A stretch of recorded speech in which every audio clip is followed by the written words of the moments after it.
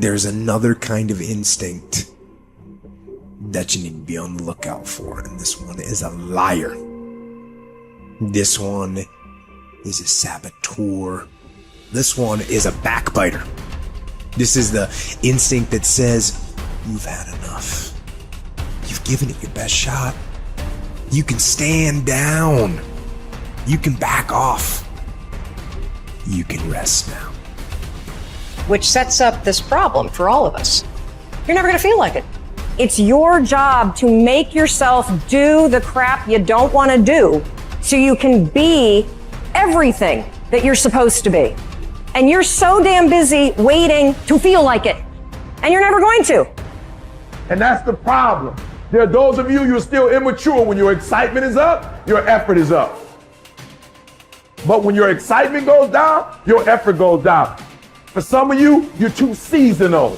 When you're excited, man, you coming to work the first week, the first month, the first 3 months when you got that job, you were excited, and so you was putting forth effort. You on blade, you got comfortable, and you're not excited no more. And guess what happened? Your effort has gone down. So do me a favor, get off of that feeling stuff. Get off your excitement. We're not dealing with feelings because feelings go up and down. You don't have to be excited. You made a commitment to that job. Did nobody force you to take that job? You signed your name on the dotted line. And commitment said, I don't care how I feel. I don't care if I'm excited. I don't care if I'm pumped up. I don't care if I'm fired up. You made a commitment. Now it's time to put up. Lazy people do a little work and think they should be winning, but winners work as hard as possible and still worry if they're being lazy. So if you're a winner, you ain't comfortable. Every day I get up and give everything I got to everything I'm a part of simply because this is who I am. Like the only thing I need every day of my life is 86,400 seconds. That's it. Like I don't need some reward. Like the only thing I need is breath in my body and I'm flat out going, get it. A person with passion always stands out. The world is so full of average that once you have passion and a sense of energy in your life, it distinguishes you. When you're passionate about something, it isn't reasonable, but you do it anyway. Passion will take you where nothing else will ever take you. It'll give you that decided edge. It'll help you to stand out. When you want to become a diamond, your whole attitude change, your whole mindset, your thinking, your relationships, the decisions that you make, how you spend your time, your energy, all of it changes. See, this is something that you can't be in this business. This business has to be in you. You take advantage of this opportunity. You let everything else go. You eat different. You study different. You practice different. You don't belong at the bottom, and it's time for you to get your butt from down there. It's time for you to stop being comfortable at the bottom. Get your butt up and get to where you're supposed to be. You are a royal priesthood. Get where you belong. Do what you're supposed to do. Live like you're supposed to live.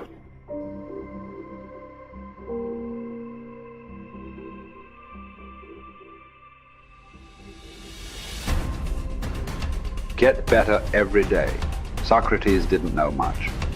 There wasn't much he held for certain. But he was sure, he said, that we cannot remain as we are. It doesn't matter who you are. It doesn't matter what you've done. Nobody is as good as they could be. Nobody is perfect. Everybody can improve.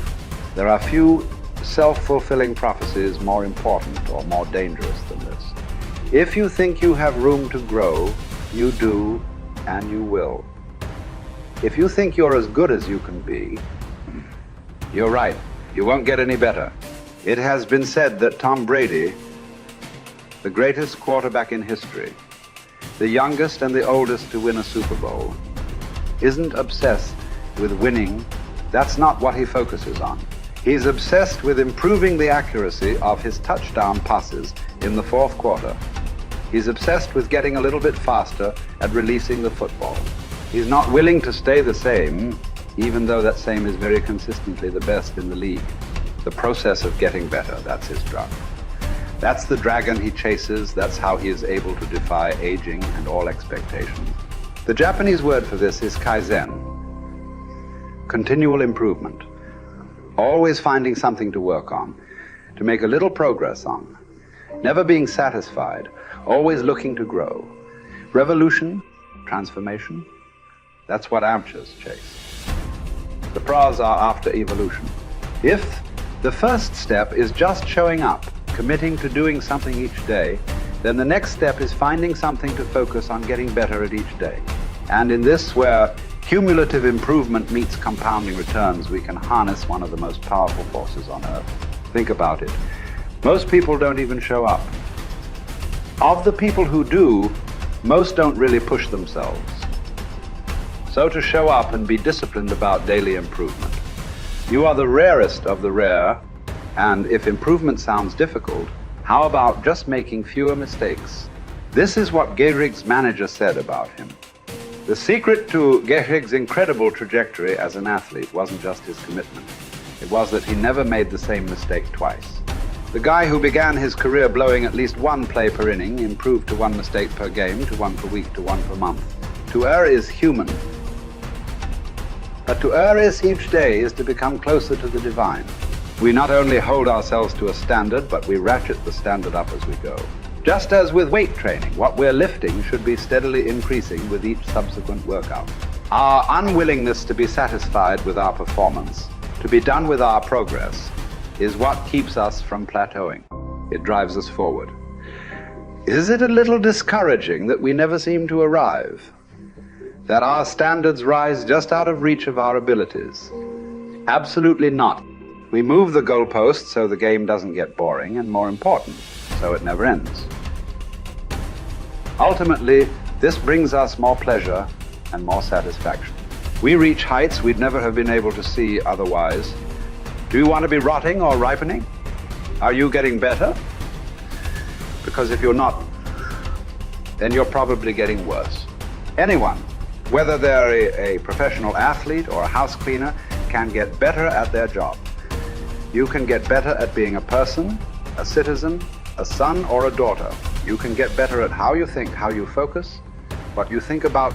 Just as one person delights in improving his farm and another his horse, Epictetus would say, riffing as it happens on Socrates, so I delight in attending to my improvement day by day. He said this as a man who clawed his way out of slavery.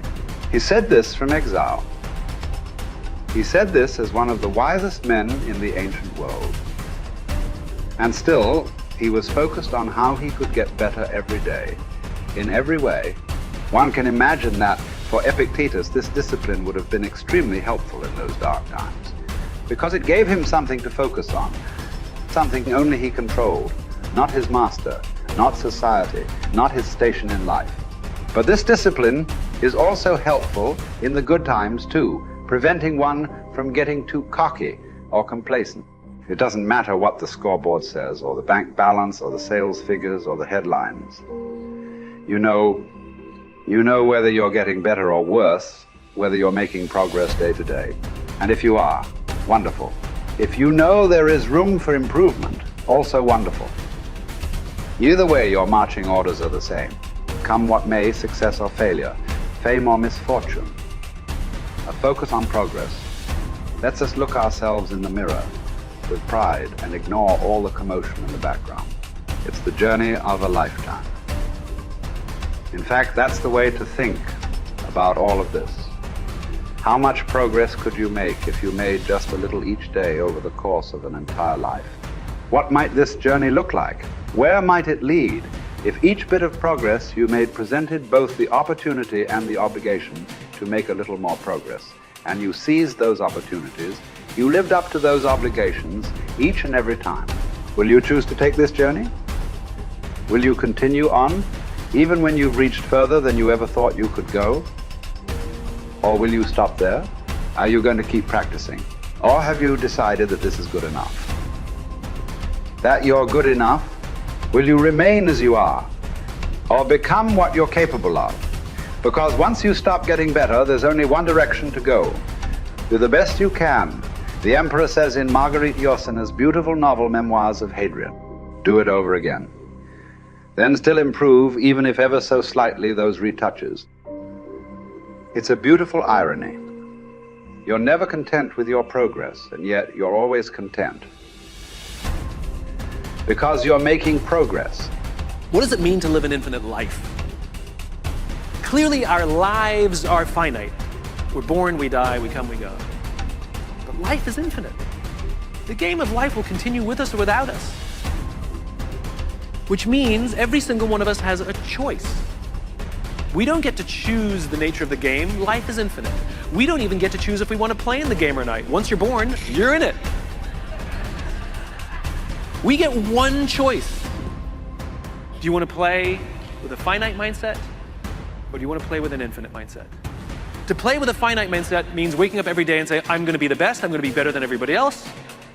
I'm going to accumulate more power, more responsibility, more money, whatever it is, whatever your metric is, I'm going to get more than anybody else. Me.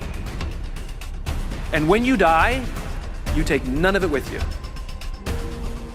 Or we can choose to live our lives with an infinite mindset, which means I'm going to leave this world, this school, in better shape than I found it. It means I'm going to devote my life to see that those around me rise. And we know that we're living with an infinite mindset because our obsession is seeing that we have an impact on the lives of the people around us. We've all had teachers, and some of you are those teachers, where 20 or 30 years from now, I can go to one of your students and say, you're a remarkable human being, you've accomplished so much in your life. How did you become the person you are today? And they will tell me your name.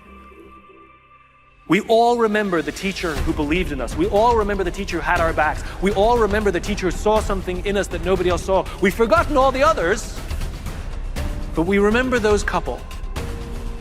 And that's what it means to live with an infinite mindset. It means we divert ourselves to that mindset for everyone in our lives. That other teachers will say that about us. Other principals will say that about us. Other students will say that about us. Our friends will say that about us. I am who I am today because of you, and I will commit to live the same life that you taught me how to live.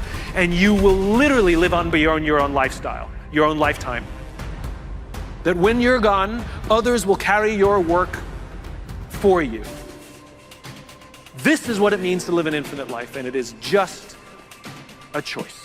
Nobody changes until they change their energy. When you change your energy, you change your life. It's the way it is. When you stop using your enemy to reaffirm your addiction to hatred, when you stop using your best friend to reaffirm your addiction to suffering, when you stop using your Facebook to reaffirm your addiction to insecurity, when you stop that whole process and you start going inward and you're no longer relying on those outer things to create those emotions, and you start creating those inner emotional states, you start changing your energy. Now, whatever is no longer a vibrational match between you and that past, present reality is going to fall away. Right. They're just going to spiral out. You're no longer putting your attention on them. In other words, the stronger the emotion you feel with some problem in your life, the more you give it your attention. Where you place your attention is where you place your energy. You're giving your power away, your life force. Lower the volumes of that emotion, you take your attention off that person, you're calling energy back to you. And you're building your own electromagnetic field. We've seen the evidence of that in many events, because when people start overcoming themselves, the first day, not always, but the energy of the room will drop. Why? Because they're drawing from the field to build their own field. Now when they build their own field the next day and the fields start interfering with the people next to them,